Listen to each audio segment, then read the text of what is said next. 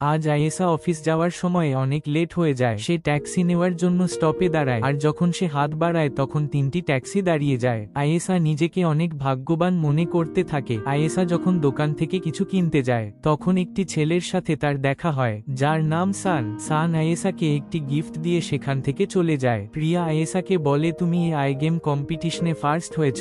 আয়েশা সেটা শুনে অনেক খুশি হয়ে যায়, কারণ তার স্বপ্ন পূরণ হতে চলেছে। আর তখন আয়েশার কাছে একটি ফোন আসে, আর যখন সে জানতে পারে কোম্পানি প্রজেক্টের কপিরাইট কিনতে চায়, আয়েশা তখন খুব খুশি হয়ে যায়। আয়েশা বলে, আমি এত বড় একটা প্রজেক্ট পাইয়ে দিয়েছি, তাহলে প্রেসিডেন্টকে নিজে আসতে হবে আমার সাথে কথা বলতে। তখন প্রেসিডেন্ট না গিয়ে তার সেক্রেটারি রাহুলকে তার সাথে কথা বলতে পাঠায়। আয়েশা অনেক রেগে যায় আর বলে, তাহলে এবার থেকে আমিও প্রেসিডেন্টের রুমে বসে কাজ করব না। তখন রাহুল তাকে ভালো করে বিষয়টা বুঝায়, কিন্তু আয়েশা মানতে চায় না। রাহুল আবিরকে বিষয়টা বলে, কিন্তু আবির তাকে যেতে দেয় না। তখন রাহুল তাকে কিছু করে মানিয়ে নেয়। আয়েশার কাছে একটি কল আসে। আয়েশা যখন তার সাথে দেখা করতে যায় তখন দেখে তার জায়গায় সান বসে আছে। সান একটি প্রজেক্টের অফার নিয়ে আয়েশার সাথে দেখা করতে আসে। পরের সিনে প্রিয়া কিরণকে একটি স্টুডিওতে নিয়ে যায় আর কম খরচে একটি স্টুডিও দেখায়। সান আয়েশাকে বলে, তুমি আমার কোম্পানিতে চলে আসো, এখানে তোমার ইচ্ছে মতো এআই গেমস বানাতে পারবে, আর তার জন্য তোমাকে কেউ মানা করবে না। তখন আয়েশা মনে মনে ভাবে, যদি আমি জেডএমজি ছেড়ে এই কোম্পানিতে আসি তাহলে আমাকে অনেক বেনিফিট দেওয়া হবে, আর হয়তো আমি পরবর্তীতে একটা ভালো জায়গায় পৌঁছাতে পারবো। প্রিয়ার পায়ে আঘাত দেখে কিরণ তার ব্যাগ থেকে ব্র্যান্ডেও বের করে লাগিয়ে দেয় আর বলে, তুমি আজ থেকে হাই হিল পরা বন্ধ করে দাও। তার কথা শুনে প্রিয়া অনেক খুশি হয়ে যায় আর বলে, আমার অফিসের দেরি হয়ে যাচ্ছে, আমাকে এখন যেতে হবে। এই বলে প্রিয়া সেখান থেকে চলে যায়। রাহুল আবিরকে বলে, আয়েশার কাজের প্রতিভা অনেক ভালো, তাই তাকে নিজের ইচ্ছে মতো কাজ করতে দিলে ভালো হতো না।